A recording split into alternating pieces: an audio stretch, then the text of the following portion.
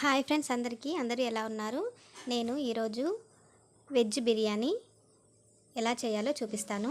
దీనికోసం ముందుగా వెజిటేబుల్స్ని ఇలా కడిగి కట్ చేసి పెట్టుకోవాలి. అలాగే మీల్ మేకర్ ఉంది కదా, వాటిని కూడా తీసుకొని వాటిలో కొన్ని ఇంగ్రీడియంట్స్ వేసి ఇలా నానబెట్టి పెట్టుకున్నాను. అవేంటో వీడియోలో చెప్తాను. అలాగే హోల్ స్పైసెస్, మసాలా దినుసులు కూడా తీసుకున్నాను.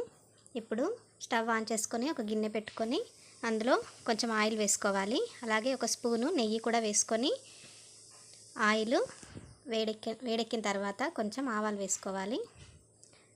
ఇప్పుడు కట్ చేసి పెట్టుకున్న పచ్చిమిర్చి, ఉల్లిపాయ ముక్కలు కూడా వేసుకొని వేయించుకోవాలి.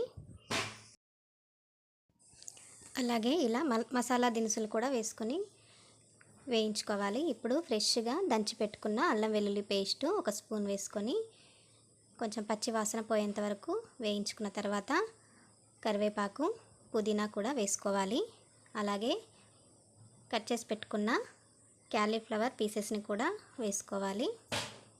ఇప్పుడు ముందుగానే కలిపి పెట్టుకున్న మీల్ మేకర్ ఉంది కదా, అందులో పెరుగు, ఉప్పు, కారం, కొంచెం గరం మసాలా, కొంచెం నిమ్మరసం వేసి నానబెట్టుకున్నాను. ఒక 10 మినిట్స్ అట్లా.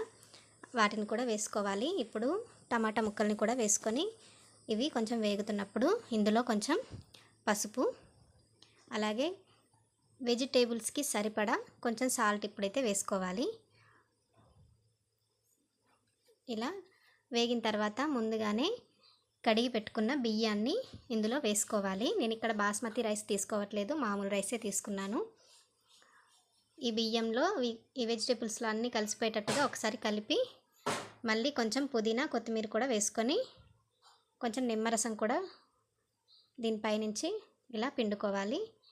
ఒకసారి వాటినన్నింటినీ కలిపి అన్నం ఉడకడానికి తగినంత వాటర్ పోసుకొని అలాగే కొంచెం సాల్ట్ వేసుకొని మూత పెట్టేసుకోవాలి.